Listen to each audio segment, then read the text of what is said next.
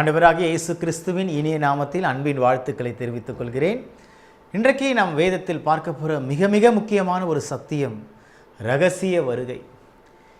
நாம் வாழ்வது ஒரு கடைசி காலம். அடுத்த ஒரு தலைமுறை எழும்பும் என்பதற்கு அடுத்த ஒரு நிஜமே கிடையாது. நாம் தான் உலகத்தின் எல்லை, சரித்திரத்தின் எல்லைக்கு வந்துவிட்டோம். உலகத்தின் முடிவுக்கு வந்துவிட்டோம். அடுத்த ஒரு தலைமுறை எழும்புவது என்பது மிக சந்தேகம்தான். ஏனென்றால் இந்த சத்திய வேதாகமத்தில் சொல்லப்பட்ட அத்தனை வேத தீர்க்க தரிசனங்களும் நிறைவேறிவிட்டன, நிறைவேறி கொண்டு வருகின்றன. இன்றைக்கு நாம் ஒரு கொடிய காலத்தில் வாழ்ந்து கொண்டிருக்கிறோம்.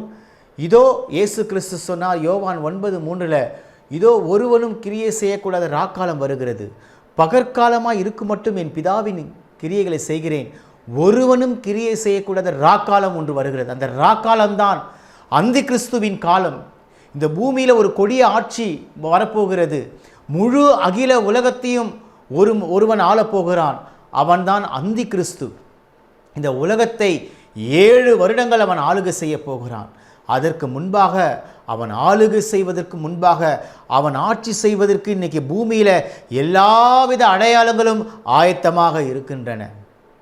ஆனால் ஏன் அந்தி கிறிஸ்துவால் ஆட்சி செய்ய முடியவில்லை என்றால், பூமியில் பரிசுத்த ஆவியானவர் நம்மோடு கூட இருக்கிறார். அடுத்தது ஜெபிக்கிற ஜெப வீராங்கனைகள் எல்லாம் பரிசுத்தவான்கள் பூமியில் இருக்கிறபடியால், கேட்டின் மகனால் இருளின் ஆதிக்கத்தினால் பூமிக்கு வர முடியவில்லை. ஆனாலும் ஆங்காங்கே அந்தி கிறிஸ்துவின் ஆவிகள் கிரியை செய்து கொண்டுதான் இருக்கின்றன. ஆனாலும் இன்றைக்கு ஒரு கொடிய ஆட்சி வருவதற்கு முன்பாக இந்த பூமியில் ஒரு சம்பவம் நடக்க வேண்டும். அதுதான் இரகசிய வருகை. இயேசு கிறிஸ்து திருடனை போல வருவேன் என்று சொன்னார். திருடன் சொல்லிட்டு வரமாட்டான், இரகசியமாக வருவான். அதுபோலதான் நம் ஆண்டவர் இரகசியமாக வருவார். ஏன் இதை ஒப்பிட்டு பேசினென்றால், இயேசு எப்படி திருடன் இரகசியமாய் வருகிறானோ அதுபோல்தான் என் ஆண்டவர் இரகசியமாய் வந்து தம்மை ஏற்றுக்கொண்டு கர்த்தரால் அபிஷேகம் பண்ணப்பட்ட ரட்சிக்கப்பட்ட தேவ ஜனங்களை அவர் தம்மோடு கூட அந்தி கிறிஸ்து ஆட்சியில் அவர்கள் கொடிய வேதனைக்குள் அகப்படக்கூடாது என்பதற்காக இயேசு கிறிஸ்து தாமே நேராக மத்திய வானத்தில் வந்து நிற்பார். எக்காலம் தொனிக்கப்படும் பொழுது கிறிஸ்துவுக்குள் மரித்தவர்கள் முதலாவது கல்லறை விட்டு எழுந்திருப்பார்கள். பின்பு உயிரோடு இருக்கிற நாமும் அவரை எதிர்கொண்டு சந்திப்போம் என்று 1 தெசலோனிக்கேயர் 4ஆம் அதிகாரத்தில் சொல்லப்பட்டிருக்கிறது. அப்படி என்றால் இயேசு கிறிஸ்து மத்திய வானத்தில் வந்து நின்றவுடனே, எக்கால சத்தம் கேட்டவுடனே மரித்தவர்கள் முதலாவது எழுந்து இயேசுவை சந்திக்க புறப்படுவார்கள். பின்பு உயிரோடு இருக்கிற நாம் இயேசு கிறிஸ்துவை சந்திக்கும்படி புறப்பட்டு போவோம். 7 ஆண்டுகள் மத்திய வானத்தில் ஆட்டுக்குட்டியானுடைய கல்யாண விருந்தில் நாம் சந்தோஷமாக இருப்போம். ஆனால் அதே நிமிஷம் பூமியிலே பரிசுத்த ஆவியானவர் இருக்க மாட்டார். ஜெபிக்கிற தேவ பிள்ளைகளும் ஊழியக்காரர்களும் கர்த்தருடைய பிள்ளைகள் இருக்க மாட்டார்கள். இந்த பூமியை நேரடியாக ஆட்சி செய்யும்படி அந்தி கிறிஸ்து வருவான். முதலாவது சமாதானமாய் வந்து 3.5 ஆண்டுகள், அந்த 7 வருஷத்தை 3.5 ஆண்டுகள் அவன் என்ன பண்ணுவான்? தன்னை சமாதானமாய் காண்பித்துக் கொள்வான். அடுத்த ஒரு 3.5 ஆண்டுகள் கொடிய மகா உபத்திர காலமாக இருக்கும். அதனால தான் கைவிடப்பட்டவர்களின் நிலைமைகள் மிக மோசமாக இருக்கும். ஏனென்றால் இன்றைக்கே பார்க்கிறோம், ஆதார் கார்டு ஒன்று இலக்கம் வந்திருக்கிறது. அந்த ஆதார் கார்டு எண்ணை வைத்து தான் உங்களுடைய பயோடேட்டா வரலாறு எல்லாம் தெரிந்து கொள்ளப்படுகிறது. அதே போல் சீக்கிரத்தில் ஒரே நாடு முழுதுமாய் ஒரே ஒரு கார்டை பயன்படுத்தி யூஸ் பண்ணுவது போல எல்லா கார்டையும் ஒரே கார்டை மாற்றப் போகிறார்கள். அடுத்த ஒரு சட்டம் வரும். அந்தி கிறிஸ்து வரும்பொழுது 666 என்ற நம்பரை, முத்திரையை நெற்றியிலே குத்தினவர்களுக்கு தான், பதித்தவர்களுக்கு தான் ஆகாரம் கொடுக்கப்படும், சலுகைகள் வழங்கப்படும், எல்லா அரசு திட்டங்கள் கொடுக்கப்படும் என்ற திட்டத்தை கொண்டு வருவான். அப்பொழுதுதான் கைவிடப்பட்டவர்கள், இயேசுவை அறிந்து கைவிடப்பட்டவர்கள் நிலைமை மிக மோசமாக இருக்கும். ஐயோ, இவ்வளவு நாளாய் சர்ச்சுக்கு போனேனே, சத்தியத்தை கேட்டேனே, ஜெபிச்சாங்களே, இன்னைக்கு நான் நிர்விசாரமாய் பரிசுத்தம் இல்லாமல் உண்மை இல்லாமல் வாழ்ந்து கைவிடப்பட்டுட்டேனே, எல்லாரும் ஜெபிக்கிறவங்களாம் போயிட்டாங்களே, ஊழியக்காரெல்லாம் கடந்து போயிட்டாங்களே, இன்னைக்கு என் நிலைமை என்ன?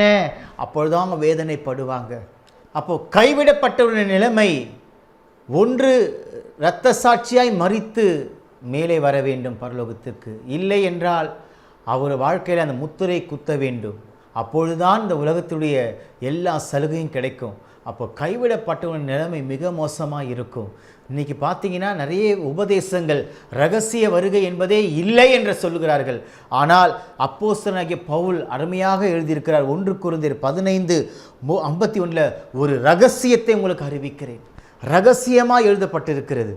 எக்காலம் தொனிக்கும் பொழுது மத்திய வானத்தில் இயேசு கிறிஸ்து நிற்கும் பொழுது கிறிஸ்துவுக்குள் மரித்தவர்கள் எழுந்திருப்பார்கள், பின்பு உயிரோடு இருக்க நாம் எதிர்கொண்டு போவோம் என்று சொல்லப்பட்டிருக்கிறது. இன்றைக்கி வேதத்தில் மறைமுகமாக இந்த ரகசிய வருகை குறித்து எழுதப்பட்டிருக்குது. நோவாவின் காலத்தில் 40 நாள் மழை பெய்த போது எப்படி அந்த பேழை கிளப்பப்பட்டதோ அதே போல் மேலே அந்த பேழை கிளப்பப்பட்டு எப்படி போய் வானத்துக்கும் பூமிக்கு நடுவாக அரராத் மலையிலே போய் அந்த பேழை நின்றதோ அதே போல இயேசு கிறிஸ்து சபையாய் மணவாட்டியை கொண்டு போய் 7 வருஷம் அந்த மத்திய வானத்தில் கொண்டு போய் வைத்திருப்பார். இங்கே பூமியில் உபத்திரவ காலம், மகா உபத்திரவ காலம், அந்தி கிறிஸ்துவின் காலம் நடைபெற்று கொண்டிருக்கும்.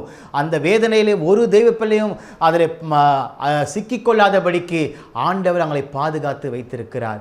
எப்படி ஏனோக்கும் எலியாவும் மரணத்தை காணாதபடி எடுத்துக்கொண்டார்களோ தேவன் அவர்களை எடுத்துக்கொண்டார். அல்லேலூயா.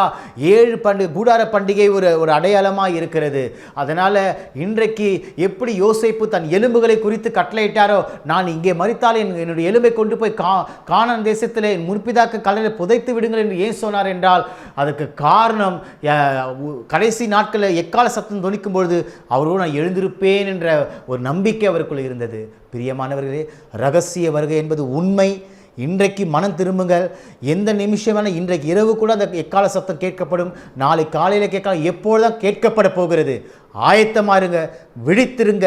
புத்தியுள்ள கன்னிகைகளாய் நீங்கள் எப்பொழுதும் ஆயத்தமாக இருங்கள் என்று உங்களுக்காய் ஜெபிக்கிறேன். எங்களை அன்பாக நேசிக்கிற எங்கள் அன்பின் பரலோக பிதாவே, இந்த ரகசிய வருகையில் நாங்கள் யாரும் கைவிடாதபடி எப்பொழுதும் ஆயத்தமாக இருக்கும்படி எங்களை ஆண்டவரே உங்கள் அபிஷேகத்தினால் நிரப்புங்கப்பா. உங்கள் ரட்சிப்பு எங்களுக்குள்ள பூர்ணமாக இருக்கட்டும். இயேசுவின் நாமத்தில் ஜெபிக்கிறோம் நல்ல பிதாவே, ஆமேன்.